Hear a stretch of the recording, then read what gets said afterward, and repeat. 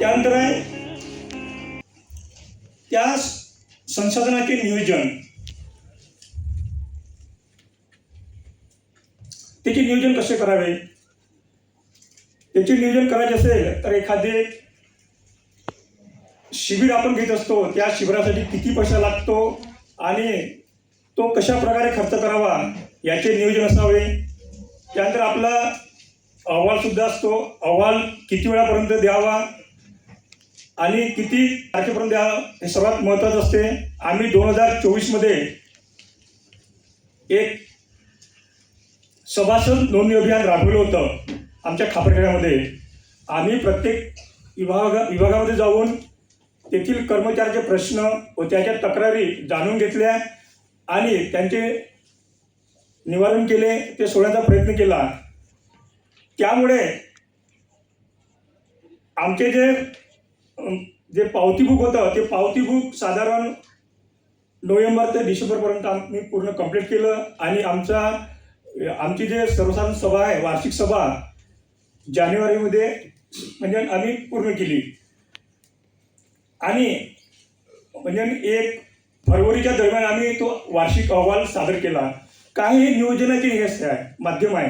जर ते अभियान राबवलं नसतं तर हे शक्य नव्हतं, परंतु आम्ही 2025मध्ये हे अभियान राबवलं नाही, त्यामुळे आमचा जो अहवाल आहे तो देण्यास विलंब झाला.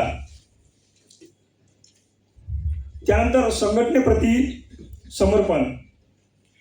ही माझी संघटना असून ती माझी जबाबदारी आहे, या उद्देशाने प्रत्येकाने कार्य करावे. पण आजची परिस्थिती अशी आहे की कोणालाच वेळ राहत नाही.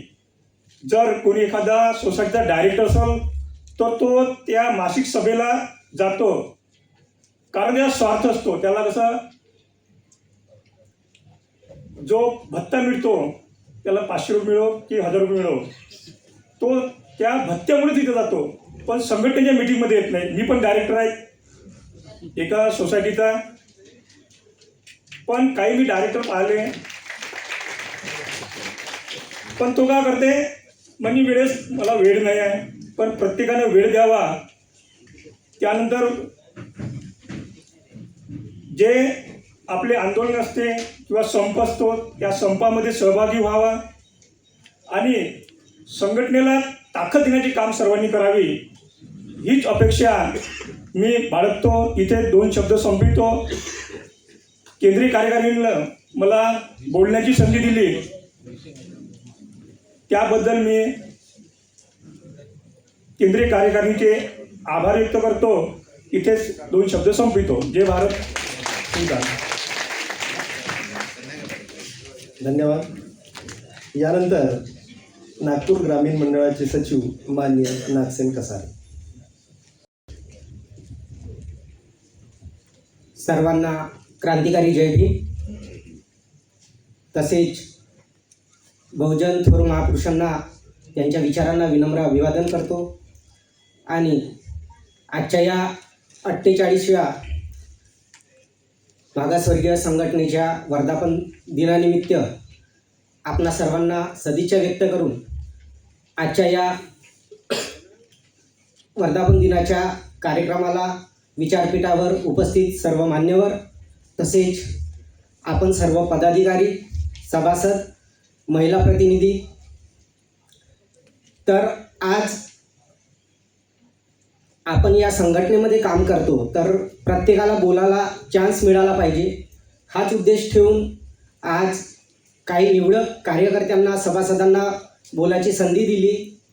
त्याबद्दल आयोजकांचे आभार मानून ते बोलायला पाहिजे आणि कशा पद्धतीनं बोलायला पाहिजे किंवा संघटनेत काम करताना काय करायला पाहिजे यासाठी आज त्यांनी विषय दिलेला आहे, संघटन वाढीसाठी साधन व संसाधनाचे नियोजन व संघटनेप्रती समर्पण.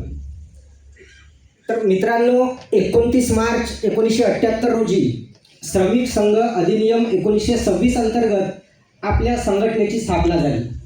आज आपण 48वा वर्धापन दिन साजरा करत आहोत. तर हा वर्धापन दिन एवढ्या मोठ्या सुसज्ज AC असलेल्या हॉलमध्ये साजरा करत आहोत. तर यामागचा उद्देश किंवा हे साजरा करायला एवढं मोठं हॉल मिळालं त्याचे कारण काय, तर आपल्याला 48 वर्ष मागे जाऊन बघायला पाहिजे. कार्यक्रमाच्या सुरुवातीलाच आपण चित्रफित पाहिलेली आहे की आपल्या संघटनेचा इतिहास, संघटना कशा पद्धतीनं स्थापना झाली, त्यावेळेस कार्यकर्ते काय काय हाल अपेक्षा सहन केले आणि इथपर्यंत आपल्या संघटनेला आणून पोहोचवले. त्याचाच तो भाग म्हणजे संघटना वाढीसाठी साधन आणि संसाधन. तर संघटना वाढीसाठी साधन म्हणजे प्रत्येक जण आपला संघटनेमध्ये काम करताना विचार करायला पाहिजे की माझं काय कर्तव्य आहे. नाहीतर आपले मागासवर्गीय संघटना म्हणून संघटनेमध्ये प्रवेश करतात किंवा पावती फाडतात आणि वर्षभर संघटनेप्रती काहीच नाही. ज्यावेळेस आपण सभासदाची पावती घ्यायला जातो 240 रुपये देऊन देतात आणि संघटनेचा सभासद आहो या उद्देशाने राहतात. परंतु आज आपली संघटना आपल्यासाठी काय करतो किंवा आपले प्रश्न मांडून ते सॉल्व करण्याचा प्रयत्न संघटना करते, तर ती कशा पद्धतीनं किंवा काय म्हणून करतो याचा विचार आपण करत नाही. आज संघटना निर्माण झाली ती म्हणजे कुणावर तरी अन्याय झाला असेल, अत्याचार झाला असेल आणि त्याला वाचा फोडायची आहे म्हणूनच संघटनेचं काम आहे. आज एक माणूस किंवा एका व्यक्तीवर अन्याय होत आहे आणि तो जाऊन आपला न्याय मिळवू शकतो अशातला भाग नाही. आज त्याला न्याय मिळवायचा असेल तर संघटना त्याची पाठीमागे उभे राहणे आवश्यक असते आणि संघटनेचा एक वलय निर्माण असतो आणि त्यामुळेच त्याला न्याय मिळू शकते. तर आज या संघटनेमध्ये आपल्याला काम करत असताना आपली संघटना इथपर्यंत पोहोचली तर ते हाल अपेक्षा सहन करून कार्यकर्त्यांनी हाल अपेक्षा सहन करून इथपर्यंत पोहोचवली आणि याच्यानंतरही आपल्याला ती आणखी भरभराटी करायची आहे. असेच एका डॉक्टर बाबासाहेब आंबेडकर मजूर मंत्री असताना 17 सप्टेंबर 1943ला दिल्ली येथे मजूर मंत्री असताना त्यांनी आवाहन केलं आणि त्या भाषणामध्ये त्यांनी सांगितले की केवळ आर्थिक मागण्याकरिताच ट्रेड युनियन स्थापन करणे एवढेच ध्येय भारतीय कामगारांनी न ठेवता शासन यंत्रणेचा ताबा घेणे हे ध्येय पुढे ठेवले पाहिजे. म्हणजे फक्त आपण या संघटनेमध्ये काम करतो तर फक्त माझे किंवा माझ्या सहकार्याचे प्रश्न सुटले पाहिजे, त्याला न्याय मिळाला पाहिजे एवढं ध्येय आपण समोर न ठेवता या संघटनेच्या माध्यमातून आपण राजकीय ध्येय, शासन यंत्रणा आपल्या ताब्यात कशी येईल हे ध्येय समोर ठेवून आपल्याला कार्य करायला पाहिजे. तरच आपल्या संघटनेमध्ये काम करण्याचा एक काहीतरी फलित होऊ शकतो. आज बरेच जण आपण कोणाला विचारले किंवा कोणाला काही बोललं किंवा जे गव्हर्नमेंट एम्प्लॉई आहेत किंवा निमशासकीयमध्ये काम करतात त्यांना विचारलं तर म्हणतात की माझ्याकडे काम नाही आहे, मी रिटायर झाल्यानंतर संघटनेमध्ये काम करणार किंवा चळवळीमध्ये काम करणार. आपण स्वतःचे एवढे आभार माना की आज आपण महावितरण कंपनीमध्ये काम करतो, वेगवेगळ्या हुद्द्यावरती नोकरी करत आहोत. आज आपण स्वतःचे आभार मानायला पाहिजे की मी या संघटनेमध्ये काम करत आहोत, म्हणजे बाबासाहेबांच्या चळवळीमध्ये काम करत आहोत. जे बाबासाहेबांनी सांगितले होते की माझं जे कार्य आहे ते कार्य तुम्ही समोर वाढवा, त्या पद्धतीनं कार्य करा. तर ही फुलेशाह आंबेडकर या विचारावर चालणारी एकमेव संघटना आहे महाराष्ट्रातली आणि इथं काम करणे म्हणजे बाबासाहेबांच्या संघटनेचं काम करत आहोत. ते कुठेतरी माझ्या हातानं चांगलं होत आहे की जे बाबासाहेब बोलले होते त्याचा आपण उद्देश पूर्ण करत आहोत. ही आपल्या मनामध्ये एक कल्पना यायला पाहिजे किंवा असं समजून काम करायला पाहिजे. त्यानंतर आपल्या या ट्रेड युनियनच्या माध्यमातून मागासवर्गीय कर्मचाऱ्यांना, कार्यकर्त्यांना साहित्य उपलब्ध करून देणे आवश्यक असते. तर साहित्य साधन आणि संसाधन म्हणजे साहित्य उपयोग. बाबासाहेब म्हणतात की ज्या चळवळीला किंवा एखाद्या संघटनेला वृत्तपत्र नसतो ती संघटना म्हणजे पंख तुटलेल्या पाखरासारखी अवस्था त्या संघटनेची होते. आज आपण ऊर्जा श्रमिक आज प्रकाशित केलेलं आहे, हे आपल्या संघटनेचं एक पत्र आहे, मुखपत्र आहे. त्या माध्यमातून आपण ते वाचायला पाहिजे, ती दुसऱ्यापर्यंत पोहोचवायला पाहिजे आणि त्या मुखपत्रामध्ये आपल्या कामगारांच्या म्हणा, अधिकाऱ्यांच्या काय समस्या आहेत किंवा त्या नुसत्या समस्याच नाही तर त्याच्यामध्ये भारतामध्ये काय घडतो, भौगोलिक, जागतिक ज्या पद्धतीच्या समस्या किंवा जे विचार असतात ते वाचायला पाहिजे. ते वाचल्यानंतर आपण दुसऱ्यापर्यंत पोहोचू शकतो. तर या पद्धतीनं डॉक्टर बाबासाहेब आंबेडकर किंवा त्यांना अपेक्षित होतं की माझं उरलेलं कार्य कोणत्या ना कोणत्या पद्धतीनं कार्य करायला पाहिजे आणि त्याचाच एक भाग म्हणून आपल्याला मागासवर्गीय संघटना ही आपण इथं काम करत असताना मिळालेली आहे. याची जाण ठेवून संघटनेमध्ये चांगल्या रीतीनं कार्य करायला पाहिजे आणि संघटना वाढीसाठी सर्वांनी कार्य करायला पाहिजे.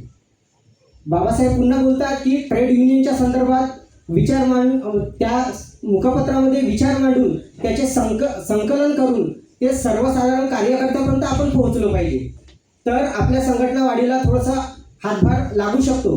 कारण ते विचार आपल्याला माहीत पाहिजे. आपल्याला जेव्हा माहीत असतील तेव्हा आपण सामान्य कार्यकर्त्यापर्यंत पोहोचू आणि सामान्य कार्यकर्त्याला समजावून सांगू की आपल्या संघटनेचे ध्येय धोरण काय आहे किंवा आपली संघटना कोणत्या विचारावरती कार्य करतो. त्याच पद्धतीनं प्रत्येक कार्यकर्त्यांनी सभासदांनी विविध वर्तमानपत्र किंवा पाक्षिक साप्ताहिक मध्ये प्रकाशित होणाऱ्या सामाजिक आर्थिक किंवा प्रशासनावर निर्माण झालेले प्रश्न ट्रेड युनियनच्या संबंधीच्या माहितीचे संकलन करून त्यावर विचारमंथन करणे हे सुद्धा आवश्यक आहे. आता हे विचारमंथन करायला किंवा सभा वगैरे घ्यायला त्या काळामध्ये म्हणजे 48 वर्षा अगोदरची आपण गोष्ट बघितली तर आमचे मार्गदर्शक आदरणीय पाटील साहेब सांगतात की संसाधने काहीच नव्हते, साधनं काहीच नव्हती. त्यांनी कुठल्यातरी बगीच्यामध्ये एका झाडाखाली सभा वगैरे घेतले आणि त्याच्यातूनच हे वटवृक्ष फुललेलं आहे. तर आज आपली परिस्थिती एवढी चांगली आहे की आज आपण एवढ्या मोठ्या हॉलमध्ये बसून आहोत, एवढ्या मोठ्या हॉलमध्ये आपण कार्यक्रम चांगला करत आहोत. तर ते सुद्धा आपल्याला विचार करायचे आहे की आज त्यांच्या हाल अपेक्षा सहन करून त्यांनी जे वाढवले संघटना आणि इथपर्यंत पोहोचवली, तर आपणही आज आपल्याला संसाधनं उपलब्ध झालेले आहेत, ती साधनं उपलब्ध आहेत, त्याचा चांगला उपयोग करून संघटना वाढीसाठी काम करायला पाहिजे. यानंतर एवढं सगळं करायचं आहे तर हे सगळं कार्यकर्त्याशिवाय होणार नाही. संघटना वाढवायची तर समर्पित कार्यकर्ता निर्माण करणे आवश्यक आहे. कवी वामनदादा कर्डक म्हणतात, भीमा तुझ्या मताचे फक्त 5 माणसं पाहिजे. तर हे आपल्याला या संघटनेमध्ये हेच करायचे आहे की आपण एवढी संख्या दिसता हे बरोबर आहे, परंतु प्रत्येक विभागामध्ये फक्त 5 कार्यकर्ते आपण तयार केले तर ते 5 कार्यकर्ते बहुसंख्य लोकांपर्यंत पोहोचून आपल्या संघटनेचे ध्येय धोरण सांगतील आणि संघटना वाढीसाठी मदत होणार. परंतु ते 5 कार्यकर्ते निष्ठावंत असायला पाहिजे. आज सगळेजण म्हणतात की माझ्याकडे वेळ नाही. कोणाकडे वेळ आहे? आज बेरोजगार असेल त्याच्याकडे सुद्धा वेळ नाही आहे. त्याला तरी कुठंतरी एका टपरीवर बसून किंवा काहीतरी चवडक्या करत असतो, त्याला पण वेळ नाही आहे. परंतु ही वेळ काढा लागेल. आपण नोकरीवर आहोत, प्रत्येक जण म्हणते एखादी आपण मीटिंग ठेवली, काही कोणत्या सभासदाला फोन केला, पदाधिकाऱ्याला फोन केला तर माझ्याकडे वेळ नाही म्हणते. वेळ कुणाकडेच नाही आहे. परंतु आपण ज्या विचाराच्या संघटनेमध्ये कार्य करतो तर त्या संघटनेला वाढवायचं असेल तर आपल्याला वेळ काढावा लागेल. वेळ काढल्यानंतरच आपण त्या संघटनेला न्याय देऊ शकतो, त्या संघटनेपर्यंत पोहोचू शकतो आणि ती संघटना वाढीस भरभराटी होऊ शकते. त्याचप्रमाणे मागासवर्गीय संघटन पुढे नेण्यासाठी किंवा वाढवण्यासाठी आपल्याला अनेक अडचणींना तोंड द्यावे लागणार आहे.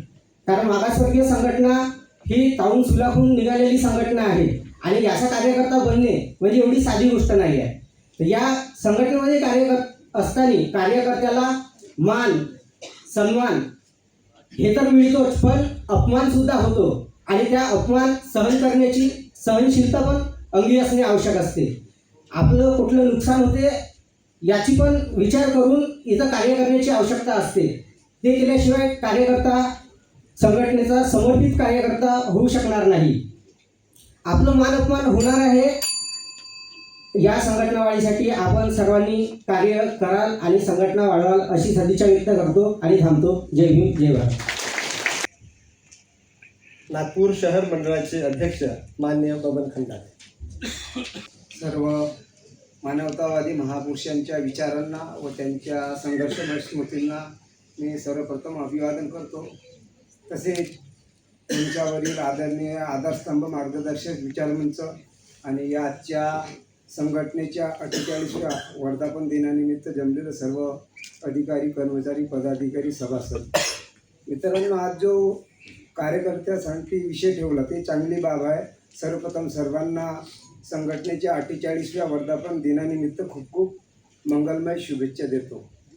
सांगण्याचं तात्पर्य म्हणजे संघटनेने जो 48 वर्षातला इतिहास आहे जो सांगितला आधी आदरणीय जारुंडे साहेबांनी की संघटनेचा जो इतिहास विसरतो तो इतिहास घडवू शकत नाही.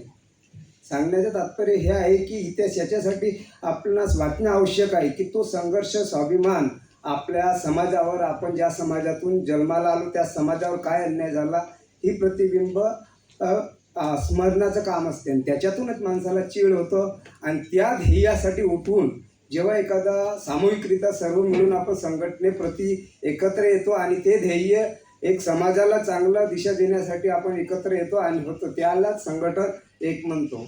आणि त्या संघटनेच्या माध्यमातून ज्या संघटनेने आपल्याला हे वाढवण्यासाठी आपल्याला जी काही साधने दिलेले आहे, एक जे विचाराच्या रूपाने जे काही संघटनेनं उपलब्ध करून दिलेलं आहे आपल्याला सर्व वक्त्यांनी सांगितलेलंच आहे.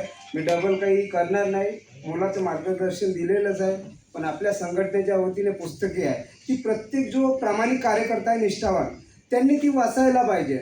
आता माझ्या मित्रांनी सांगितले वेळ नाही, पण याआधीसुद्धा प्रत्येक कार्यकर्ता निष्ठावान आहे. आपल्या संघटनेने आपली स्वतःची बायोलॉजी एक घटना तयार केलेली आहे. त्या घटनेत प्रत्येक शाखा पदाधिकाऱ्यांचे कार्यकर्तव्य अधिकार दिलेले आहे. महिन्याच्या मंडळ विभाग किंवा झोन लेवलनं काय काय घडामोडी करायला पाहिजे हे सुद्धा एक साधन आपल्याकडे अवेलेबल आहे. त्या व्यतिरिक्त संघटनेने एक आपल्याला एक पतसंस्थेच्या रूपानं, कल्याण निधी मंडळच्या रूपानं असे भरपूर काही आर्थिक स्टोअरच्या माध्यमातून काही पर्याय दिलेले आहे. याचं सुद्धा एक सर्व टीमवर्क मिळून आपण कशा पद्धतीने नियोजन करू शकतो. आणि ती जसं आता काही मित्रांनी किंवा पदाधिकाऱ्यांनी सांगितलं कॅटेगरीचा जो काही वावरताना याच्या आधी 20 वर्ष 25 वर्षाच्या आधी जो जातीचा एक आपला ऑफिसमध्ये टॉर्चरपणानं होत होतो त्या आधारित जो आपला बहुजन समाज आहे 85% त्याला चीड यायला पाहिजे. आणि जेव्हा आपण आरक्षण बघूया तर जेव्हा पदाधिकारी 13 या 11 जणांची टीम असते तर टीम वर्क मिळून सर्वांना वेळ नाही. पण यासाठी संघटन आपल्याला 13 जणांची बॉडी देतो का अध्यक्षाला वेळ नसेल तर उपाध्यक्षांनी, उपाध्यक्षाला नसेल सचिव, कोणीतरी टीम सोबत घेऊन आपण प्रॉपर निघलं पाहिजे मैदानात. कधी ना कधी कोणाला वेळ असतोच, पण ती नियोजन पद्धत असायला पाहिजे आणि त्याच्याच रूपानं तेव्हा कुठं ते संघटन वाढत. आणि ह्या ज्या साऱ्या गोष्टी आहे ती सर्व डिव्हिजनच्या बॉडीच्या याच्यावर डिपेंड असते. मेन ग्रॉसरूट जोपर्यंत मजबूत बनणार नाही तोपर्यंत नाही. वरिष्ठ पदाधिकारी मार्गदर्शक असतात, सूचना करतातच, पण खारपासून शनी जोपर्यंत मजबूत आपला पाया घडणार नाही तोपर्यंत होणार नाही. आणि सामूहिक टीम रीतीनं जेव्हा आम्ही उदाहरण द्यायचं झालं तर एक आलापल्लीपर्यंत जेव्हा आम्ही 4 कॅटेगरीचे व्यक्ती निघत होतो मैदानात, NTचा एक OBCचा कार्यकर्ता, एक SCचा आणि NT असे 4-5 टाईपचे एक अल्पसंख्या असे 4-5 टीम मिळून आम्ही जायचो दौऱ्यात. आणि प्रत्येक जसा कार्यकर्ता भेटला वैचारिक त्याला त्या पद्धतीनं आम्ही विचार करत होतो त्यांच्यापर्यंत का काय रिझन आहे बा तुला, तुझा स्वतःचा वेळ, पैसा, बुद्धी, तू ज्या समाजातून जन्माला त्या समाजाच्या प्रती तुझं दायित्व आहे काहीतरी. आणि तू आज बुद्धिजीवी वर्गाकडे जो गावखेड्यातला वर्ग आहे तो तुम्हाला याच्या दृष्टिकोनातून बघतो की याचं अनुकरण उद्या तो करेल तर तुमचं कर्तव्य त्याला तुम्ही ऋणी आहात त्यांचे. त्यामुळं या पद्धतीनं 5 कॅटेगरीच्या 5 लोक जर विचारवंत चांगले आपण अभ्यास करून आणि प्रशिक्षित आपले मार्गदर्शन करतातच, हे घेऊन आपण जेव्हा निघून तेव्हा अगला जो कुठल्या DCचा एखादा कर्मचारी असो या कार्यकर्ता त्याला 5 व्यक्ती आपण गेलो तर मला नाही वाटत तो पहिल्या वेळेस नाही पण दुसऱ्यांदा तो कन्व्हिन्सिंग होणार आणि पक्के येणार. हा माझा अनुभव आहे. आम्ही त्या क्षेत्रामध्ये काम केलं त्यावेळेस ह्या गोष्टी आम्हाला अनुभव आला. तर ही जे संसाधन आहेत संघटनेनं दिलेलं आहे तर याला सर्व समर्पित कार्यकर्त्यांना विनंती आहे, जी काही 13 कार्यकर्ते आपण पदाधिकारी आहे यांना विनंती आहे की आपण ह्या पद्धतीने केलं पाहिजे. आणि ज्या समाजातून आलो त्या समाजाचं एक दुःख आहे आणि त्याचं आपल्यावर काहीतरी ऋण कर्तव्य आहे. सर्वांना तर समस्या आहे पण त्या माध्यमातून आपण टीमवर्क म्हणून सर्व मिळून कशा पद्धतीने आपण संघटनेला पुढे नेऊ शकतो. शोकांतिका एक आहे का संघटना ही तर आता रजिस्ट्रेशनमध्ये 1 नंबरवर यायला पाहिजे होती, का बरं नाही आली? काहून का क्लास 1 पासून आपण क्लास 1 लोकांना सांगतो का आमच्या संघटनेत सर्व आहे, पण मग एवढं असताना 85% सर्व आरक्षण भोगी आहे, मग का बरं आपण 1 नंबर नाही? तर ही आपल्याला चीड यायला पाहिजे चायमुख सर्वांना. तर हे आहे. तर त्यामुळं आणि समर्पित कार्यकर्ते म्हणजे सांगितलं आधीच्या वक्त्यांनी की सर्वांना मान अपमान मिळतोच आहे आणि त्या व्यतिरिक्त असतो तरी पण आपण काहीतरी संघटनेप्रती आपण काहीतरी दायित्व व्हावं. आणि जो एक सन्मान आहे ज्याचं संघटनेनं पद दिलेलं आहे, एक प्रतिष्ठा दिलेली आहे, त्याचं आपलं काही कर्तव्य दायित्व आहे की आपण समर्पण म्हणून काहीतरी प्रमाणात आपण दिलेलं पाहिजे. तर ह्या पद्धतीने ह्या मी जास्त न बोलता बाकीच्यांचं मनोगत ऐकणार आहोत. परत मी सर्व पदाधिकारी आणि जे काही निष्ठावान कार्यकर्ते आहे यांना विनंती करतो आणि सर्व मिळून आपण एक चांगल्या पद्धतीनं संघटनेला वेळ, पैसा, बुद्धी तर देऊनच आणि नियोजनबद्ध जे प्रत्येक शाखेचे 13 पदाधिकारी आहेत त्या 13 पदाधिकारीपैकी 5 चांगल्या कार्यकर्त्यांनी एकत्र मिळून नियोजनबद्ध पद्धतीने केले आणि नाही महिन्याचे 15 दिवसाचे कमीत कमी एक दौरे केले तर कुठलेही एक जे टार्गेट आहे आपण ध्येय ते गाठू शकतो अशी करतो. आणि आयोजकांनी मला आपलं मनोगत व्यक्त करण्याची संधी दिली त्याबद्दल धन्यवाद देतो. आणि परत संघटनेला खूप चांगले दिवस येवो आणि आमचे जे काही महापुरुषांच्या विचारांना आणि अभिप्रेत असलेलं समाज निर्माणासाठी जे आम्ही ध्येय घेतलेलं आहे ते ध्येय आमच्या सर्वांच्या सामूहिक रीतीने पूर्ण हो हीच विनंती करतो आणि आभार मानतो. जय भीम जय भारत. जयपाल मेश्राम, अध्यक्ष चंद्रपूर परिमंडळ, हे JP या नावाने प्रसिद्ध आहेत. मी विनंती करतो JP मेश्राम. मानवी कल्याणासाठी संघर्ष करणाऱ्या तमाम संत महापुरुषांना विनम्र अभिवादन करतो. आम्ही लढू नव्याने मरणास झुंज देऊ, झेलून वार सारे आम्ही जिवंत राहू या संदेशाप्रती कटिबद्ध राहून 48व्या वर्धापन दिनानिमित्त या स्थळी उपस्थित सर्व विचार मंचावरील मान्यवर, समोर बसलेले सर्व विभागीय मंडळ परिमंडळ, आजी माजी पदाधिकारी, सखले कार्यकर्ते, या सर्वांचं मनापासून मी अभिनंदन करतो. आणि संघटन वाढीच्या दृष्टीने जो विषय देण्यात आला त्या सुंदर आणि महत्त्वपूर्ण विषयाकडं वळत असताना मी काही विद्वान वगैरे नाही की मी तुम्हाला मार्गदर्शन करू शकतो. माझ्यापेक्षा अनेक विद्वान मंडळी इथं बसलेले आहेत. पण मी तर शिवाजी फुलेशाह आंबेडकरी चळवळीचा प्रामाणिक कार्यकर्ता आणि संघटनेचा समर्पित कार्यकर्ता या उद्देशाप्रती मी तुमच्या समोर उभा आहे. अनेक आमच्या मान्यवरांनी, अनेक जाणकार पदाधिकाऱ्यांनी इथं आपापल्या भूमिका विशद केल्या.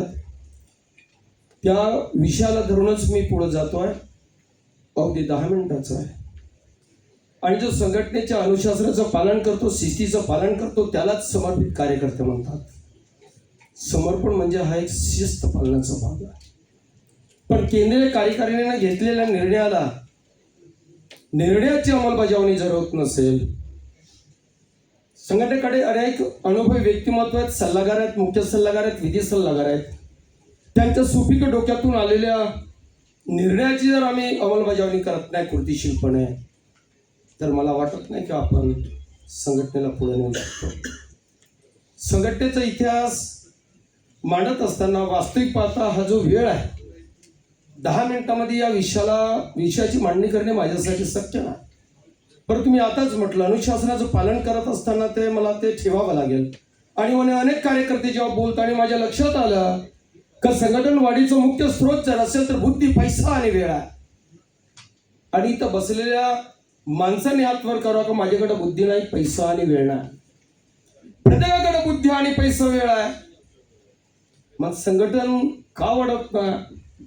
3 नंबर, 2 नंबर, 1 नंबर हा आमचा उद्देश नाही. प्रत्येकाला वाटलं पाहिजे की माझा संघर्ष काय आहे याची जाणीव जेव्हा निर्माण होईल. आमचा संघर्ष, कधी आम्ही त्या ऑपरेटर बद्दल बोलतो, कधी त्या इंजिनियर बद्दल बोलतो, कधी एक्झिक्युटिव्ह बद्दल बोलतो, कधी सी बद्दल बोलतो, कधी RD बद्दल बोलतो. तो संघर्ष नाही. रिव्होल्युशन आणि काउंटर रिव्होल्युशन जर बघितलं तर आमचा खरा संघर्ष ब्राह्मणिझम विरुद्ध बुद्धिसम आहे. हा आमचा मेन संघर्ष आहे. ह्या देशामध्ये इकॉनॉमिकल आणि सोशल डेमोक्रेसी उभी करणे आहे. आणि त्याच विचारावरती आपलं संघटन जेव्हा काम करतो तर चिंतनाचा विषय का महावितरणमध्ये आर्थिक आणि सामाजिक समानता प्रस्थापित आहे का, हे जेव्हा कळलं ना तेव्हा सर उभे राहा. बुद्धी आहे, पैसा, वेळ आहे. आमच्याकडे प्रत्येक जिल्ह्यामध्ये सभासदांच्या सोसायटी आहेत. पैशाला काय कमी आहे? जर आम्ही सक्रिय अखंड फक्त 50 रुपये जरी टाकला, पगार किती आहे? 50,000, 1 लाख, 1.5 लाखाच्या पगाराची माणसं, पैशांची माणसं इथं बसलेले आहे. बाबासाहेब म्हणते तुमच्या उत्पन्नाचा 20वा भाग समाजासाठी दिला पाहिजे. 1 लाखाचा 20वा भाग किती झाला? नाही देऊ शकत तेवढा. काय आमच्या पगारातला महिन्याला जर का आमचे 1000 रुपये, 5000 रुपये गेले, काय कमी आहे आमच्याकडं? आम्ही जेव्हा भावनिकतेनं बाबासाहेब मांडतो, भावनिकतेच्या आधारावरती संघर्ष होत नाही. इमोशन रिलेशन, ब्लड रिलेशनच्या आधारावरती, रिॲक्शनच्या आधारावरती संघर्ष होत नाही. संघर्ष विचाराच्या आधारावरती. गरज आहे विचाराची भिन्नता चालतं, जर एकत्र जर बसलो ना तर ते एकरूपता होऊ शकतो, पण विचाराची शून्यता नसावी. बऱ्याचशा आमच्या कार्यकर्त्यांमध्ये विचाराची शून्यता, विचारच करत नाही. अरे मग विचारच तुम्ही करणार नाही तर आंबेडकरवाद सक्सेस केव्हा करणार? कम्युनिकेशन आणि cooperation is the another name of Ambedkarism. आम्ही एकत्र बसणारच नाही, चर्चा करणारच नाही, चर्चेमधून निर्णय घेणारच नाही. कसे पुढे जाणार आहोत? आंबेडकरवादाचं मुख्य डेफिनेशन आहे कम्युनिकेशन अँड कोऑपरेशन. याच्यामध्ये जातीला, धर्माला, पंथाला काही अर्थ नाही, तुमच्या वर्गाला काही अर्थ नाही. आम्ही फक्त माणसं आहोत आणि आम्हाला माणसासाठी लढायचं आहे. मग तो इंजिनियर असू द्या नाही तर तो चपराशी असू द्या, त्या चपऱ्यासाठी लढायचं आहे. हे ज्या दिवशी त्या माझ्या इंजिनियर कॅडरच्या माझ्या बांधवाला वाटेल, त्या माझ्या इंजिनियर भावासाठी लढायचं ज्या दिवशी माझ्या त्या तंत्रज्ञाला वाटेल, आणि एकत्रपणे विचार करून एकत्र तुटून पडतील ना, कुठलाच असा माणूस नाही का तो तुम्हाला न्याय देऊ शकत नाही.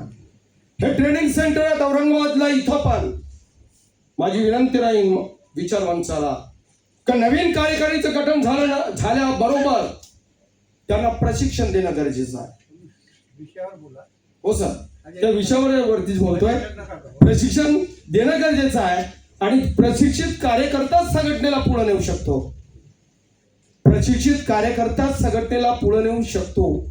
गरज आहे आम्ही प्रशिक्षित असण्याचं. आजही आमच्यामध्ये वैयक्तिक पूर्वाग्रह आहे, हे नाकारता येत नाही. मी सत्य बोलतो, नाहीतर इतिहास तर मानता येईल. इतिहास आता हे सांगायची गरज नाही, इतिहास घडवणारे इतिहास विसरू शकत नाही आणि इतिहास विसरणारे घडवू शकत नाही. मग इतिहास म्हणजे फक्त परायणे वाचतो आम्ही, परायणे नाही. संघटनेच्या उज्ज्वल भविष्यासाठी भूतकाळाचा वर्तमान काळाशी चाललेला सुसंवाद म्हणजे इतिहास. मग आम्ही सर्व एज्युकेटेड आहोत, पण एज्युकेशन हे रिकन्स्ट्रक्शन सोसायटी आहे. याच्यासाठी आम्हाला बाहेर पडायचं असं किती लोकांना वाटतं. मला तुम्ही मॅक्झिमम काही चुकलं तर मला माफ करा असं मी म्हणणार नाही. माझं काही चुकलं तर मला मार्गदर्शन करा, मी निश्चितच दुरुस्त करेन.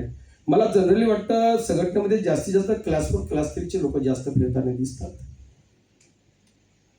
आणि त्यांच्यापेक्षा जे महाविद्यालयामध्ये कार्यालय असणारे वेल एज्युकेटेड पर्सनॅलिटी आहेत त्यांची काय जबाबदारी आहे. ऊर्जा आपल्याकडे जे आहे डायरी त्याच्यामध्ये स्पष्ट लिहिलं बाबासाहेबांचं कोटेशन, सुशिक्षित लोकांचं प्रथम कर्तव्य आहे आपल्या अडाणी अज्ञानी बांधवांची सेवा करणे. मग त्यांची जबाबदारी आहे. तो जर एक वेल एज्युकेटेड माणूस निघाला ना, त्याच्याबरोबर बाकीचे लोक निघतात. ही समर्पणाची भूमिका, त्यागाची भूमिका आहे. बुद्धी, पैसे, वेळेचे नियोजन करू शकतो. गरज आहे का आम्ही एकत्र बसून विचार करण्याची. सातत्यानं संघटनेच्या विभागीय स्तरावरच्या बैठका महिन्याला झाल्याच पाहिजे ना चुकता. मग माझी कोणी म्हणते नाही माझी वसुली आहे, माझे ब्रेकडाऊन. अरे प्रत्येकालाच आहे ना ते. हे ड्युटी कोणाला नाही, कोण फुकट पगार देऊन राहिला आणि कोण फुकट घेऊन राहिला. प्रत्येकाला दिलेला तो अधिकार आहे त्या स्तरावरचा. चपराची असेल तरी त्याला काम आहे ना, इकडे तिकडे नाही, कोणाला काम नाही, काम आहे. आम्हाला ते करावं लागेल का विभागाच्या बैठका दर महिन्याला झाल्याच पाहिजे, ती माझी जबाबदारी आहे. मग 5 लोक येऊन जात तिथे, 2 महिन्यातून सर्कलच्या बैठकी झाल्याच पाहिजे न चुकता, 3 महिन्यातून परिमंडळाच्या बैठकी झाल्याच पाहिजे. आणि या पद्धतीने जर आम्ही जर शिस्तबद्ध पद्धतीने जबाबदारी घेऊन जर आम्ही जर पार पाडलो तर मला वाटत नाही की आमच्या संघटनेला कोणी हरवू शकतो. संघर्ष करत असताना आम्हाला आमचा एनिमी डिफाईन करावा लागतो. महत्वाचा मुद्दा आमचे एनिमीज डिफाईन नाही. किसके विरुद्ध आपण संघर्ष करू, कोणाविरुद्ध संघर्ष करणार आहोत आम्ही. ह्या जाणीवा जेव्हा निर्माण होतील त्या दिवशी संघटन, ते आमचे परिमंडळ सचिव कुणाल पाटील साहेबांनी सांगितलं, एका पदाधिकाऱ्यांनी एका कार्यकर्त्यांनी 5च जोडायचं जर संघ बांधला वर्षाला तर 13 लोकांची कमीत कमी कार्यकारिणी आहे. 13 गुणिले 5.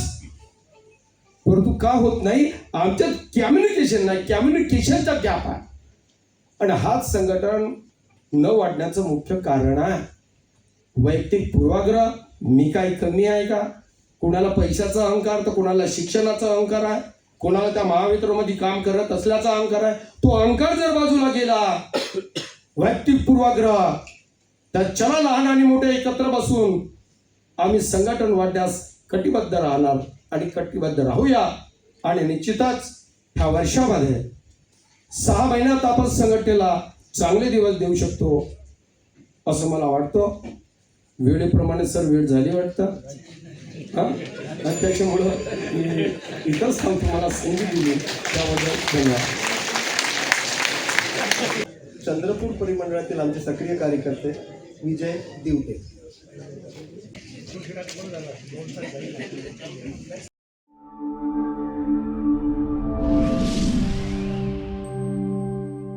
सर्वांना सप्रेम जय हिंद. सर्वप्रथम तमाम ज्या महापुरुषांनी समाजासाठी संघर्ष करून इतिहास घडविला, आमच्यासाठी अनुकूल प्रतिकूल वातावरण तयार करून दिलं, त्या सर्व महापुरुषांना मी विनम्र अभिवादन करतो. आदरणीय मंच आणि पुढे उपस्थित सर्व पदाधिकारी सभासद यांना अभिवादन. आज 29 मार्च 48वा वर्धापन दिनानिमित्त सर्वांना शुभेच्छा देतो. आजच्या विषयावर बोलताना संघटन वाढीसाठी आज यापुढेही माझ्या अगोदर बरेच लोक बोलून गेलेत. आमचे मार्गदर्शक JP मेश्राम साहेब हे खूप अनुभवी व्यक्तिमत्व, तेही बरेच बोलून गेलेत. परंतु आम्ही ज्या कार्यकर्त्यांसोबत काम करताना आज जवळपास 10 वर्ष झाली, त्या अनुभवातून जे काही बोलता येईल मी बोलण्याचा प्रयत्न करेन. संघटन वाढीसाठी साधन काय असते ते सर्वच बोलून गेले आहेत. श्रम, वेळ आणि पैसा, त्या गोष्टी आवश्यक संघटन वाढीसाठी आवश्यकच आहेत आणि ते का दिलं पाहिजे त्याचंही उत्तर प्रत्येकाजवळच आहे. समाजात काम करताना आपण ज्या समाजातून ज्या महापुरुषांनी एक सामाजिक व्यवस्था निर्माण केली, त्या व्यवस्थेने आम्हाला रोजगार दिला, नोकरी दिली आणि त्या निमित्ताने आपलंही एक कर्तव्य आहे, आपलंही देणं लागते समाजासाठी काहीतरी. या उद्देशाने सर्वांनी हे उद्देश ठेवून काम केलं पाहिजे असं मला वाटते. आणि अनेक व्यक्तिमत्वांनी सांगून गेले आहेत, तुमचा इतिहास लक्षात ठेवल्याशिवाय इतिहास घडू शकत नाही. हे तेवढं सत्य आहे. इतिहासातून एक नवीन ऊर्जा मिळते आणि एक संघर्षमय वातावरण आपल्या कार्यकर्त्यामध्ये आपल्यामध्ये निर्माण होते. ती ऊर्जा आपल्या येणाऱ्या समस्यांसाठी, समाजाच्या समस्यांसाठी एक वातावरण तयार करून जाते. त्यानंतरही इतिहासातून जे काही आजपर्यंत घडलं ते आपल्या प्रत्येकासमोर आहेत. सर्वांनी बोलून गेले, एवढ्या प्रतिकूल परिस्थितीत आपण आज वावरत आहोत, चांगलं जीवन जगत आहोत. त्या इतिहासातही महापुरुषांनी एक शिवाजी महाराजांचंही उदाहरण द्यायचं झालं, 18 पगड जातीचे लोक एकत्रित करून त्यांनी स्वराज्य निर्माण केलं. आज बाबासाहेबांनीही एक आपल्या संविधानातून आम्हाला इकडे तिकडे जाण्याची गरज नाही, एकत्र या सगळ्या जातींना एकत्र बांधून ठेवलोय. आम्ही सगळ्या जातीचे लोक इथं बसलेलो आहोत. आणि अजून मला तरी वाटत नाही की आम्हाला संघर्ष करण्यासाठी दुसऱ्या वातावरणाची गरज आहे. आमच्या महापुरुषांनी सगळं काही दिलेलं आहे आम्हाला. फक्त आम्हाला वेळ, पैसा आणि श्रम करण्याची थोडीशी गरज आहे. आणि ते केल्याशिवाय समोरची पिढी, म्हणजे समोरच्या पिढीला जगता येणार नाही, एवढीही भयानक परिस्थिती ह्या मनुवादी लोकांनी तयार करून ठेवलेली आहे.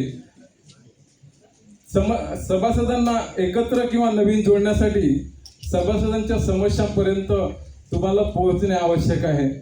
जसा एखादा लोकनेता असो, लोकनायक असो, इतिहासात ओढून बघा सर्वांनी, लोकनायक आणि लोकनेता कसा बनलाय. ते कुठेतरी चर्चेत राहिल्यात, कोणतं तरी काम करतील, काहीतरी कुठेतरी कोणत्या गावात गोंधळ करतील आणि त्याच्यामुळे ते चर्चेत आहेत. आपलाही कार्यकर्ता चर्चेत राहिला पाहिजे, तेव्हाच समोरच्याला वाटेल तो दुसऱ्या संघटनेचा का असे ना, नाही हा पदाधिकारी हा संघटनेचा आहे, हा काम करण्याच्या लायकीचा माणूस आहे, खरंच हा विचारांचा माणूस आहे आणि याच्यासोबतच आपल्याला जायला पाहिजे. एक उत्तम उदाहरण सांगतो आत्ताच घडलेलं. माननीय JP मेश्राम साहेब आणि आम्ही एक नवीन सभासद म्हणजे विद्युत सहाय्यक जॉईन झाले ब्रह्मपुरी डिव्हिजनला. त्याच्यापैकी 5 सभासद पावत्या आम्ही फाडल्या. 5 सभासद पावत्या तांत्रिक लोकांनी फाडलेल्या होत्या. त्यांच्यामध्ये गोंधळ निर्माण झाला, संभ्रम निर्माण झाला. नंतर ऑनलाईन रजिस्ट्रेशन आलं आपलं. ऑनलाईन रजिस्ट्रेशन कसं करायचं, संघटना काय आहे त्यांना माहीत नसते. आम्ही त्यांच्याशी संपर्क साधला असता त्यांनी सांगितलं की साहेब आम्ही तांत्रिकच्या पावत्या फाडलेल्या आहेत. हो पण दादा तुला संघटना माहीत आहे का? आमचे पदाधिकारी नवगळे साहेब, मान्य दिवटे मॅडम तिथं काम करत असताना त्यांना संघटनेची परिभाषा समजावून सांगितली, आपल्या संघटनेचा इतिहास सांगितला, तरी पण त्यांच्या मनामध्ये कन्फ्युजन होतं. त्यांनी 6 महिने ऑनलाईन रजिस्ट्रेशन केलेलं नव्हतं.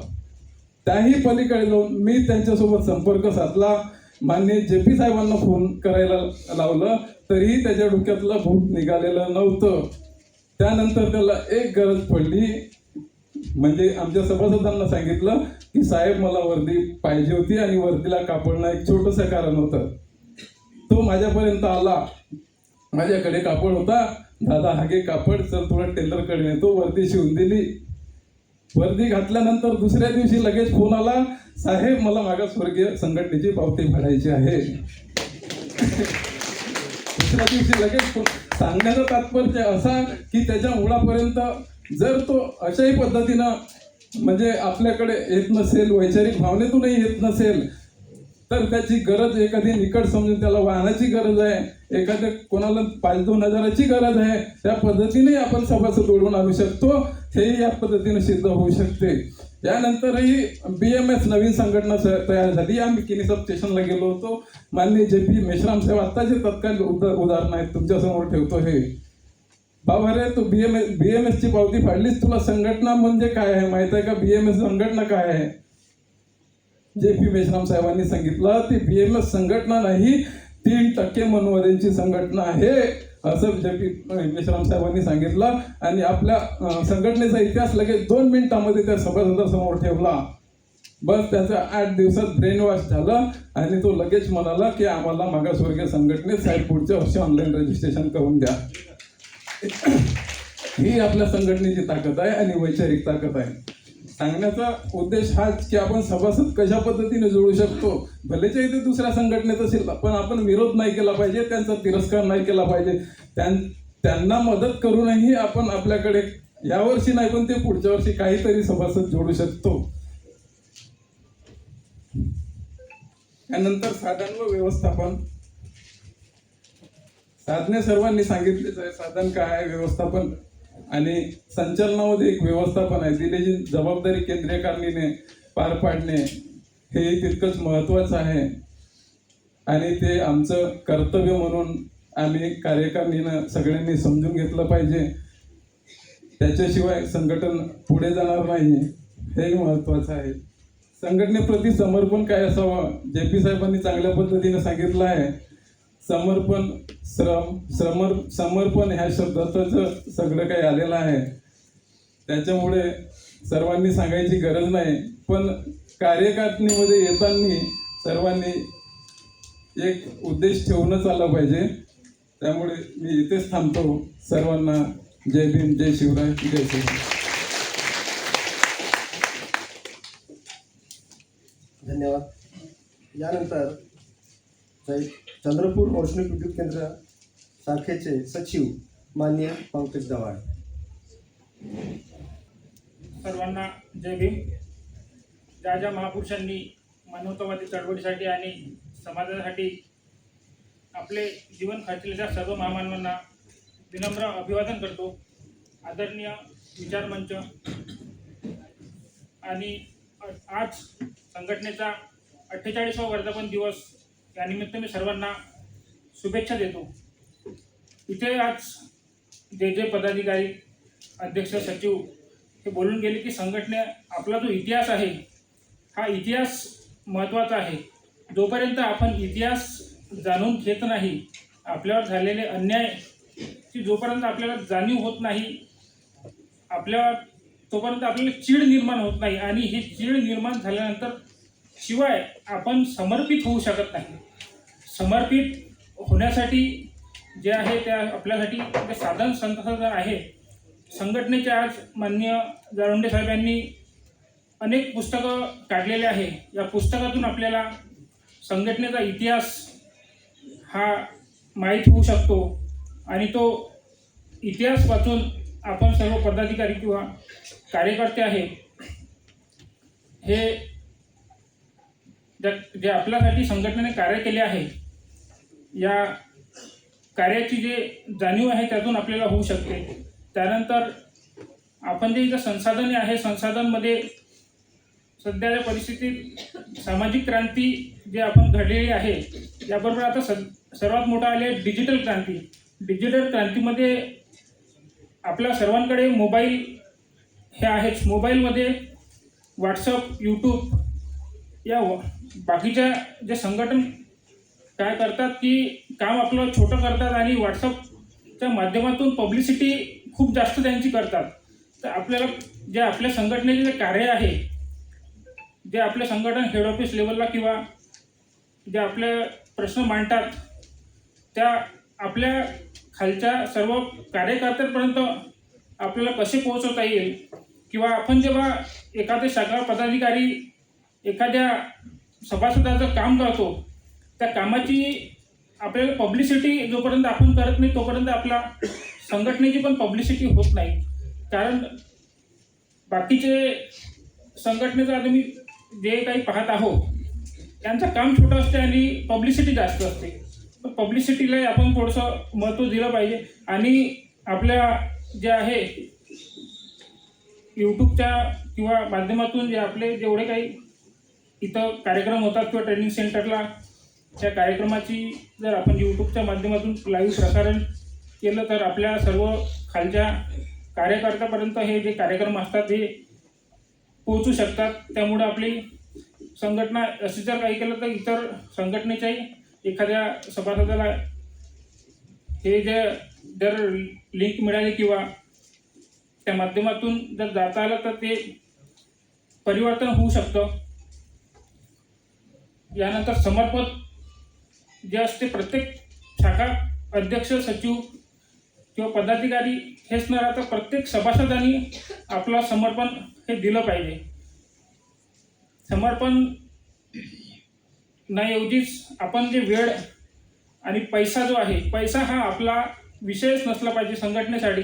कारण आपण वर्षातून आज हे 5 लाख 10 लाख रुपये जे कमावतो या पैसे आपण 5 किंवा 10,000 रुपये खर्च करायला काहीच हरकत नाही. बाबासाहेबांनी म्हटलंच आहे की 20वा भाग हा दान केला पाहिजे समाजासाठी. तर 5-10 हजार रुपये आपल्यासाठी हा विषय नसायला पाहिजे. आपण जेव्हा किंवा एखाद्याकडे देणगी संघटनेच्याच सदस्याकडे जातो सध्या पैसे नाही नंतर या हा विषय तर नसायलाच पाहिजे. आणि वेळ जो आहे सध्या सर्वात मोठी आता आमच्या महानिर्मितीमध्ये जे आहे शाखा यामध्ये पदाधिकारी थोडं कार्यकर्ते जे आहे यामध्ये खूप निष्क्रियता सध्या दिसून येत आहे. वेळ नाही आपल्याला फक्त 8 घंटे ही शिफ्ट ड्युटी राहते. त्याच्यानंतर आपल्यापाशी आपण जर कमीत कमी आठवड्यातून 1 किंवा 2 तास जरी संघटनेसाठी दिले तर संघटना वाढीसाठी आपल्याला खूप मोठं योगदान मिळू शकते. एवढंच बोलतो आणि मी थांबतो. धन्यवाद. धन्यवाद. यानंतर संघटनेचे संस्थापक सदस्य जे आपल्यामध्ये आज इथे उपस्थित आहेत माननीय PS वानखेडे साहेब. मित्रांनो, संघटनेबाबत सुरुवातीच्या काळातल्या ज्या गोष्टी इथे बसलेल्या कोणालाच माहीत नाही असे आदरणीय PS वानखेडे साहेब.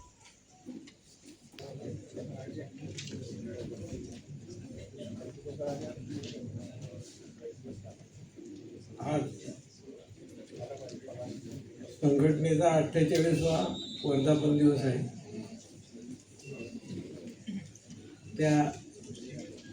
या दिवसाच्या निमित्तानं मी सर्वांना शुभेच्छा देतो. डायसवरील सगळ्या मान्यवरांना आणि आपले उद्धारकर्ते त्यांना नमन करतो.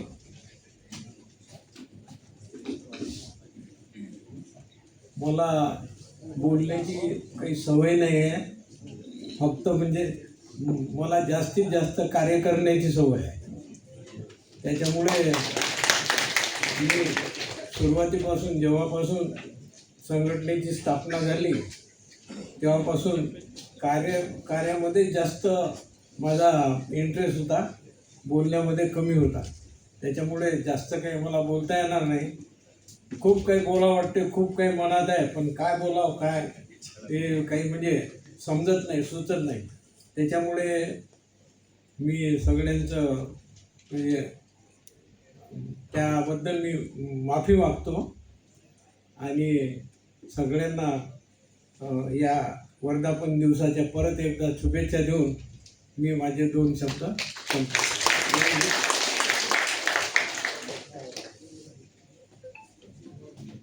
धन्यवाद सर. वानखेडे सर हे असं व्यक्तिमत्व आहे ज्यांनी आपल्याला महाराष्ट्र राज्य मागासवर्गीय विद्युत कर्मचारी संघटनेचा प्लॅटफॉर्म उपलब्ध करून दिला आहे. मित्रांनो, या संस्थापक सदस्यासाठी जोरदार टाळ्या झाल्या पाहिजे. यानंतर वर्धा मंडळ सचिव माननीय उत्तम थोर. सर्वप्रथम महापुरुषांना वंदन करतो, त्यांच्या विचाराला त्यांच्या कार्याला नतमस्तक होतो. त्याचप्रमाणे 26 जानेवारी 1950 पासून ते आजपर्यंत ज्या ग्रंथाने आपल्या सर्वांना एकत्रित समानतेमध्ये सांभाळलं तो ग्रंथ म्हणजे संविधान. त्या संविधानाला नतमस्तक होतो. आज 29 मार्च 2026 महाराष्ट्र राज्य मागासवर्गीय विद्युत कर्मचारी संघटनेचा वर्धापन दिवस. त्या वर्धापन दिवसानिमित्त या सभागृहामध्ये महाराष्ट्राच्या कानाकोपऱ्यातून ज्या मान्यवरांनी उपस्थिती दर्शवली त्या संपूर्ण मान्यवरांचे शाब्दिक स्वागत करतो. त्याचप्रमाणे विचारमंचावर उपस्थित असलेल्या मान्यवरांचे सुद्धा शाब्दिक स्वागत करतो आणि सर्वांना वर्धापन दिवसाच्या खूप खूप शुभेच्छा देतो. मित्रांनो, सांगण्यात तात्पर्य म्हणजे नसं की कुठलंही संघटन असो किंवा चळवळ असो, ते संघटन ते चळवळ जे चालते ते फक्त आणि फक्त कार्यकर्त्यांच्या सभासदांच्या संख्याबळावर चालते. आता ते कार्यकर्त्याचं सभासदांचं संख्याबळ कसं वाढवायचं ही सगळी आपल्या सर्वांची जबाबदारी आहे. मित्रांनो, हे आपलं जे संघटन आहे हे संघटन सर्वधर्म हिताय सर्वधर्म सुखाय संघटन आहे. फुले शाहू आंबेडकर चळवळीवर आधारित संघटन आहे. या संघटनमध्ये भीती नाही आहे तर भरोसा आहे. ह्या संघटनमध्ये मी नाही आहे तर आम्ही आहे.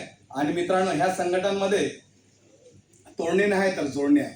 आणि जर आपण एकमेकांना जोडल्या गेलो तरच खऱ्या अर्थाने मित्रांनो आपल्याला समाजसेवा करता येईल. समाजसेवा करणं म्हणजे एक दिवस नुसतं एखाद्याचं काम करणे नव्हे, तर आपले जे बांधव आहेत जे शिक्षण व्यवसाय नोकरीमध्ये कार्यरत आहे त्या बांधवांना वेळोवेळी मार्गदर्शन करणे म्हणजे समाजसेवा आहे मित्रांनो. आणि संघटन म्हणजे काय, ते एका मुख्य उद्देशासाठी अनेक जनसमुदायाचे लोक एकत्र येऊन तो मुख्य उद्देश पूर्ण करतो, ते म्हणजे मित्रांनो संघटन आहे. आणि आज या ठिकाणी रविवारची साप्ताहिक सुट्टी घेऊन जे मान्यवर इथे आले असेल ते रविवारची साप्ताहिक सुट्टी सहज मिळाली का? त्या रविवारच्या साप्ताहिक सुट्टीसाठी तेवढा संघर्ष करावा लागला मित्रांनो. ब्रिटिश काळामध्ये कामगार नेते रावबहादूर मेघाजी लोखंडे यांनी सतत 6 वर्ष संघर्ष केला साप्ताहिक सुट्टीसाठी. त्यांच्या संघर्षाला नतमस्तक होऊन ब्रिटिश सरकारने शेवटी 10 जून 1890ला साप्ताहिक सुट्टी जाहीर केली. आणि 10 जून 1890 पासून ते आजपर्यंत मित्रांनो आपण साप्ताहिक सुट्टी उपभोगत आहोत. ते कशामुळे? फक्त आणि फक्त संघर्षामुळे. आपल्या संघर्षामुळे झालं मित्रांनो. आणि संघर्ष जर करायचा असेल तर आपल्याला संघटन गरजेचं आहे. आणि संघटनसाठी आपल्याला माणसं जोडायची आहे. कारण मित्रांनो, संघटने प्रामुख्याने 3 गोष्टीवर चालते. याच्या अगोदर माझे बरेचसे मित्र बोलून गेलेत. बुद्धी, पैसा आणि वेळ. आता इथं उपस्थित असलेल्या लोकांकडे बुद्धी नाही असं होऊच शकत नाही, कारण आपण सगळे जण शासकीय सेवेत कार्यरत आहोत, म्हणून आपल्या सगळ्यांकडे बुद्धी आहेच. एक प्रश्न आपला सुट्टा, आपण बुद्धिजीवी प्राणी झालो आहो हे सिद्ध झालं. दुसरा विषय असा का पैसा. काही लोक म्हणते आमच्याकडे पैसा नाही. ठीक आहे, आपल्याकडे भरपूर पैसा नसेल पण पुरेसा पैसा आपल्याकडे आहे, कारण डॉक्टर बाबासाहेब आंबेडकरांच्या कृपेने आपल्याला 2 पैशाची नोकरी प्राप्त झाली. त्यामुळे मित्रांनो आपल्याकडे थोडाफार पैसा आहे. मग राहिला वेळ. काही लोकांकडे म्हणतात वेळ नाही आहे. 1-2% असेल हार्डली ज्या लोकांचे खरंच कौटुंबिक अडीअडचण असेल, पण 98% लोकांकडे वेळ आहे मित्रांनो. कारण बहुजन समाज पार्टीचे संस्थापक मान्यवर कांशीरामजी साहेब सांगून गेले की दिलो तमन्ना हो तो काम नजर आते नाही तो खूबसूरत बहाने नजर आते. तर मित्रांनो, आपल्याला बहाणे नाही पाहिजे, तर वेळ काढायचा आहे. कासाठी वेळ काढायचा आहे? पैसा पण द्यायचा आहे आणि आपल्याला बुद्धी पण द्यायची आहे. ह्या तिन्ही गोष्टी एकत्रित संघटनेसाठी महत्त्वाच्या पोषक गोष्टी आहेत मित्रांनो. आणि ह्या गोष्टी जर आपण आपल्या चळवळीला दिल्या तर चळवळी निश्चितच यशस्वी करावं जाईल. आणि हे संघटन जे आहे हे संघटन कृपया आपण आपलं संघटन न समजता माझं संघटन समजायचं. ज्याप्रमाणे भारत देशाची प्रतिज्ञा म्हणतो आपण, तेव्हा भारत आपला देश आहे असं म्हणतो का? नाही, भारत माझा देश आहे असं म्हणतो. हो, हे संघटन सुद्धा आपण नसून माझंच आहे. आणि माझं संघटन मला वाढवायचं असेल, माझ्या संघटनासाठी काम करायचं असेल तर मला परिपूर्ण वेळ संघटनाला दिला पाहिजे, बुद्धी दिली पाहिजे, पैसा दिला पाहिजे. हे माझं प्रथम कर्तव्य आहे. मित्रांनो, मनुवादी विचारधारेचे जे लोक आहेत ते लोक आपल्या पूर्वजांनी जे भारत देशामध्ये शासकीय उद्योग तयार करून ठेवलेले आहेत फार मोठ्या कष्टाने, त्याचं खाजगीकरण करण्याच्या तयारीमध्ये आहे. ठीक आहे, असेल त्यांचं. काय 3% लोक आहेत ते आपल्या राज करत आहेत.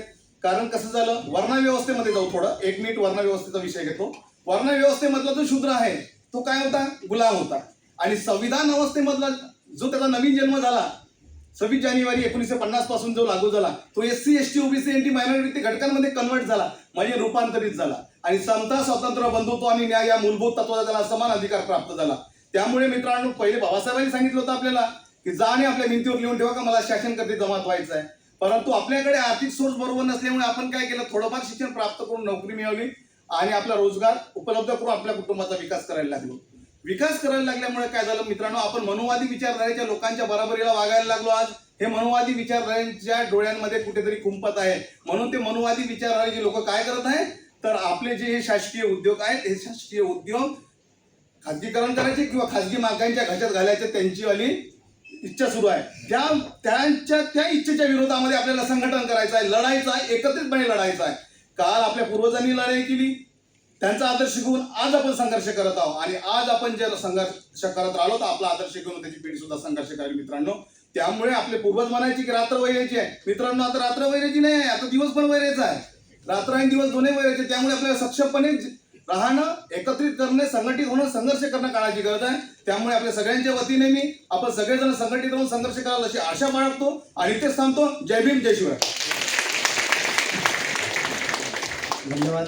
यानंतर संघटन कार्य करताना कुणालाही खूप सरळ बहाणे आठवणार नाही अशी अपेक्षा करतो. मित्रांनो, यानंतर दीपक बडोले, अध्यक्ष गोंदिया परिमंडळ.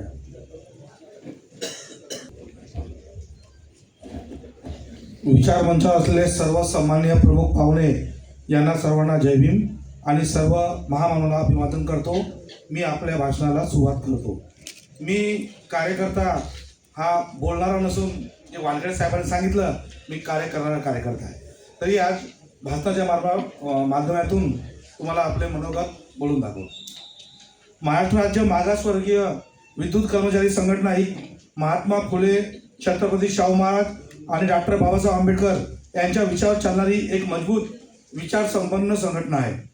संघटना ही केवळ व्यक्ती संख्या नसून ती एक विचारधारा, एकजूट आणि सामूहिक शक्तीचे प्रतीक आहे. कोणती संघटना आपोआप वाढत नाही, तिच्या वाढीसाठी योग्य साधनाच्या, संसाधनाच्या आणि नियोजनाच्या भक्कम अधिष्ठान आवश्यक असते.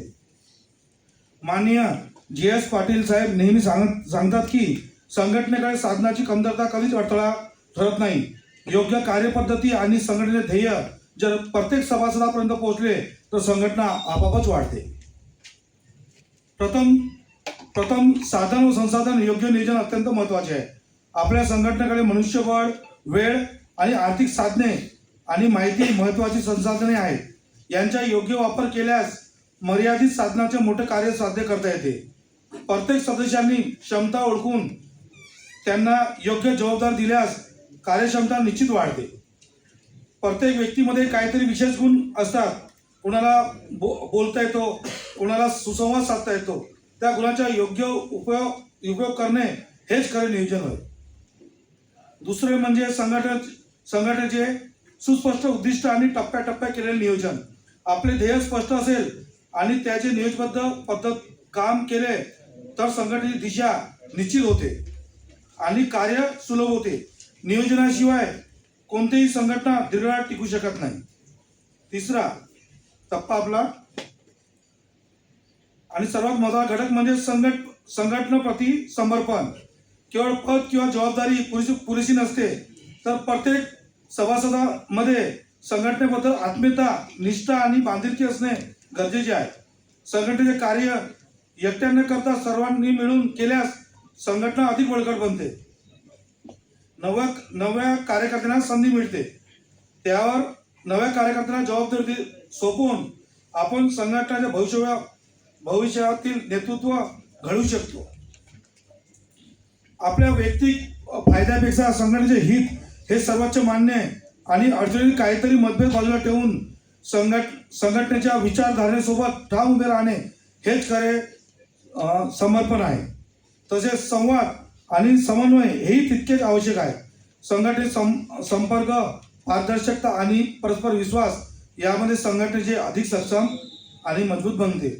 शेवटी मी एवढे सांगू इच्छितो, योग्य नियोजन, तंत्राचा प्रभावी वापर, संघटनेप्रेमी प्रति निस्वार्थ समर्पण या तिन्ही गोष्टीच्या बळावर कोणतीही संघटना यशाच्या शिखरावर पोहोचू शकते. एवढेच बोलून मी 2 शब्द समाप्त करतो. धन्यवाद बरोडे साहेब. यानंतर कोराडी शाखेचे सक्रिय कार्यकर्ते मान्य अनिरुद्ध खोब्रागडे. धन्यवाद सर. सर्वप्रथम सर्व महापुरुषांच्या विचारांना खूप खूप अभिवादन करतो. सन्माननीय विचारमंच, उपस्थित सर्व अधिकारी वर्ग, कर्मचारी वर्ग, संघटनेचे सदस्य, आपणा सर्वांना महाराष्ट्र राज्य मागासवर्गीय विद्युत कर्मचारी संघटन शाखेच्या 48व्या वर्धापन दिनानिमित्त खूप खूप मंगलमय शुभेच्छा. आज आम्हाला जो विषय दिलेला आहे तर त्यामध्ये मी स्टेप बाय स्टेप एक शब्दानुसार मला जे मागील 12 वर्षापासून जे अनुभव आलेले आहेत किंवा मी महानिर्मितीमध्ये काम करतोय तर त्यामध्ये संघटन वाढीकरिता काय करू शकतो आपण ते 1-2 गोष्टी मी इथे प्रामुख्याने आपल्याला सांगू इच्छितो. तर संघटन वाढीसाठी साधन, तर सुरुवातीला मी साधन इथपर्यंतच थांबतोय आणि त्याबद्दल सांगू इच्छितो की साधन म्हणजे सदस्य. तर आपल्याला संघटनेमध्ये सदस्य संख्या वाढवायची आहे. तर याकरिता काय करायला हवं, तर सर्वप्रथम याचे सोर्सेस काय आहेत हे आपल्याला शोधावे लागतील. तर सोर्सेस काय आहेत हे शोधताना आपल्याला सर्वप्रथम मिळेल की आपण ज्या ऑर्गनायझेशनमध्ये काम करतोय तर तिथे प्रामुख्याने नव्याने रुजू कोण होतात तर याची माहिती आपल्याला मिळाली आणि त्या ऑर्गनायझेशनमध्ये तिथल्या संघटनेच्या पदाधिकाऱ्यांनी त्यांना अटेंड केलं, संघटनेचं महत्त्व त्यांना सांगितलं, त्यांचे बेसिक प्रॉब्लेम्स म्हणजे प्रत्येक ऑर्गनायझेशनमध्ये जो नव्याने रुजू होतो तर खूप सारे त्यांचे बेसिक प्रॉब्लेम्स असतात.